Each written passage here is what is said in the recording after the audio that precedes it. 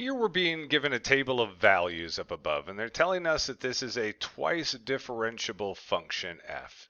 And what that really is it's sort of their way of saying that we know that it has to be continuous everywhere because it's differentiable, and we know that it has to be smooth everywhere. So we're not going to have any corners or cusps. There's not going to be any situation where the derivative does not exist. So that's all that information is kind of telling us right there. And then based on that information, they want us to know which of the following must be true, right? Which is a great problem that the AP Calc people like to do, which is basically like look through all 5 of these problems and see if they're true or not. It's like 5 little problems within one big problem. So let's take a look at all of these and see what we can find out here. The other piece when you're doing these is you got to make sure that this is a must be true. They're not telling you that the things that they're saying here are, can't be true. They're just saying based upon this table of data up above, which of the following must be true. So we look at part A here, answer A, and it says f has no critical points on this interval. Well, all we know is that we've got a bunch of dots going on. And so when you look at this, what this is saying to us in this table right now is really like we've got dots. I'm just making up random dots here. We've got dots all over the place. And we know that they're connected somehow, but we don't know exactly how they're connected. And so there's all sorts of stuff that could happen in between 2 dots, right? Like this, between these 2 dots could do something like that. And then it could go here. So anything's possible, and so it definitely could have critical points. We don't know if it does or not, but to say that it definitely doesn't is impossible for us to tell based upon that information. Then the next one is kind of what I think is the trap answer, right? They're saying that the derivative is greater than 0 for all values, right? So if we have a positive derivative, that's telling us that it's increasing for all values.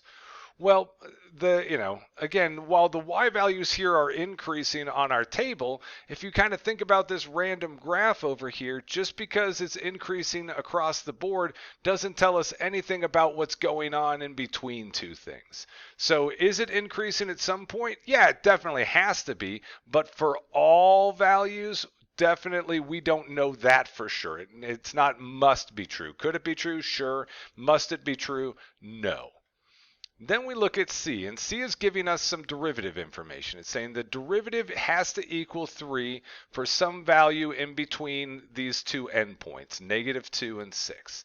And so you've got to kind of dig into your brain and say, well, what connection do I have between a derivative and my original values? The slope, right, is 3 at some point for some value in between -2 and 6.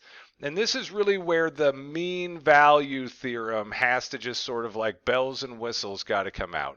They love their mean value theorem, and so you got to keep track of that. And the conclusion of the mean value theorem says that if I've got the slope between my 2 endpoints of my interval, then it has to equal this derivative at some point in between there. So if I've got some interval from A to B here, that there has to be some value, someplace in the middle, some C value, where the slope between those 2 points is also equal to the slope of my derivative. And so you'd say to yourself, okay, well, can we make that true?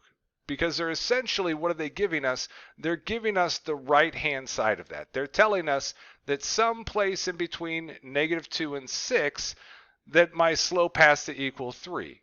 So what we want to do is check to see if that's true based upon the endpoints of our interval. -2 being our A value, 6 being our B value. So we come back up to our table here and we go grab those points off of there. So -2, that's going to be our A value, and we've got a Y value of -11. So we've got the point -2, -11. And then our B value, our other side of the interval that they're talking about on this problem, is telling us that we've got a Y value of 13. And so now we're just basically going to do a slope setup, right? This is the same as saying y2 minus y1 over x2 minus x1. So tossing those in, sort of labeling them out, and then popping them into our formula, we would get 13 minus a minus 11 over 6 minus a minus 2.